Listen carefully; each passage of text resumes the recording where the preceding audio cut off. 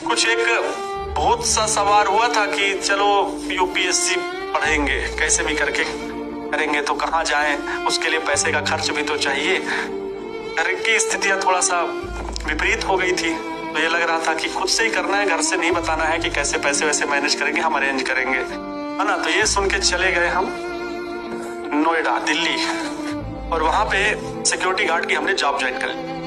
Security guard की हमने job join कर ली, और तो 12 घंटे की जॉब होती, 12 घंटे की बच्चों जॉब थी, और 12 घंटे की जॉब एक सप्ताह डे करना है, एक सप्ताह नाइट करना है।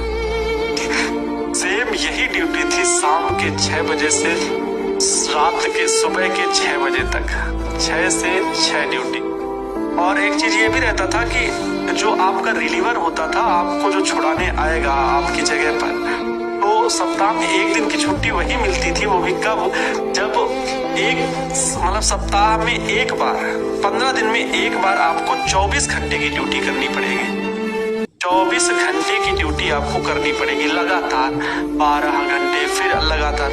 और जो आपको पता है गार्ड्स की ड्यूटी हमारी, मतलब ऐसा कोई एटीएम वगैरह में नहीं था कि बैठे हैं, है ना। तो फैक्ट्री में था, मास्टर गुडलक करके एक कंपनी थी, सर्च करा सकते हैं, मास्टर गुडलक, ठीक है, मास्टर गुडलक करके कंपनी थी, जो ये ओवरब्रिज बनते हैं, एनटीपीसी की लाइन वगैरह बनती है, इन पे सिक्योरिटी गार्ड की जॉब पे था।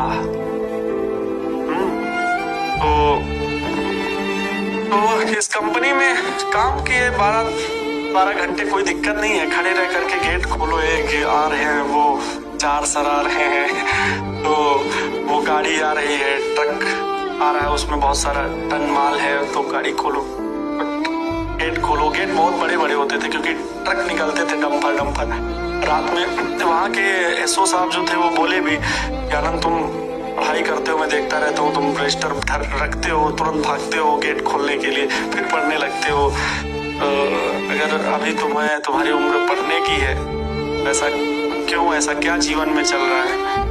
तो मैंने कहा कि कुछ है जो मन में बात आ रही है कि क्या करें, लेकिन फिर बाद में आया ना कि ये सब जो है ना, ये सब दलदल है, ये सब दलदल। अपने पैशन को फॉलो करो, आप जो चीज पसंद करते हो ना, अपना पैशन अपनाओ, अपना पैशन फॉलो करो, उसको फॉलो करो। जो आपके अंदर जो स्किल है ना, उसको फॉलो करो, स्किल को फॉलो करो। दिशाओं में भटकने से कुछ नहीं है कि आप इधर भटक रहे हो, उधर भटक रहे हो, है ना।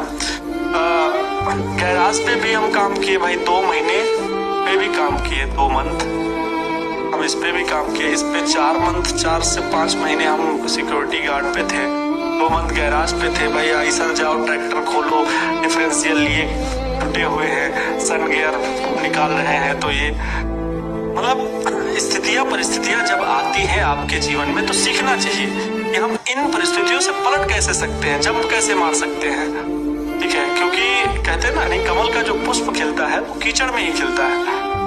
तो जब जीवन में पहले हमें लगता था कि कोई संघर्ष की जीवन कहानी सुनता था मोटिवेशनल, ये लगता था कि क्या वास्तव में इतना स्ट्रगल करके कोई ऐसे बन सकता है। बाद में लगता है कि यार जब खुद पर पड़ती है ना, तो आदमी कुछ भी कर जाता है, जब खुद पर पड़ती है तो आदमी कुछ भी कर जाता है, कुछ भी करके कहाँ निकल जाता है। तो लाइफ में सबके आते हैं, मोड़ आते हैं, टर्निंग आती है। ऐसा नहीं है कि कोई बड़े पर पहुंचा है तो सिर्फ ऊपर आप देख रहे हैं, उसके बैकग्राउंड की चीजें नहीं देख रहे हैं, ठीक है, उसके बैकग्राउंड की चीजें आप नहीं देख रहे हैं। बैकग्राउंड की चीजें देखना चाहिए, साथ क्या हुआ है ना। मेरे घर की स्थितियां तो हम बता दें तो फिर धीरे धीरे आती गई संतुलन की स्थिति में, लेकिन हर बार कुछ थोड़ा घर की स्थिति सुधरे, फिर कोई कर्ज, फिर सुधरे, फिर कोई कर्ज, ऐसी स्थितियों में एकदम पड़ा हुआ था। पिताजी के माताजी के संघर्ष की कहानी तो अलग है, तो उनको तो मैं सुना नहीं सकता क्योंकि उनके लिए मेरे पास वो शब्द नहीं है, ठीक है। कहते हैं कि जो आज हम महके महके घूमते हैं, ये मेरे माँ बाप के पसीने की खुशबू है। तो आज हम महके महके घूमते हैं, ये मेरे माँ बाप के पसीने की खुशबू है। तो वास्तव में उन्हीं की देन है, उन्हीं के संघर्षों का फल है, उन्हीं के आशीर्वाद का फल है ना। जो आपके बीच में इतने बच्चों को पढ़ा पा रहा हूँ, आज इतने बच्चे सपोर्ट करते हैं, भी हो, थोड़े हैं उतने ही सही, मेरे लिए बहुत है ना। थोड़े हैं वो भी मेरे लिए हैं, बहुत होंगे तब भी वो मेरे लिए थोड़े ही हैं। ठीक है, क्योंकि हमेशा प्रयास करते रहना है।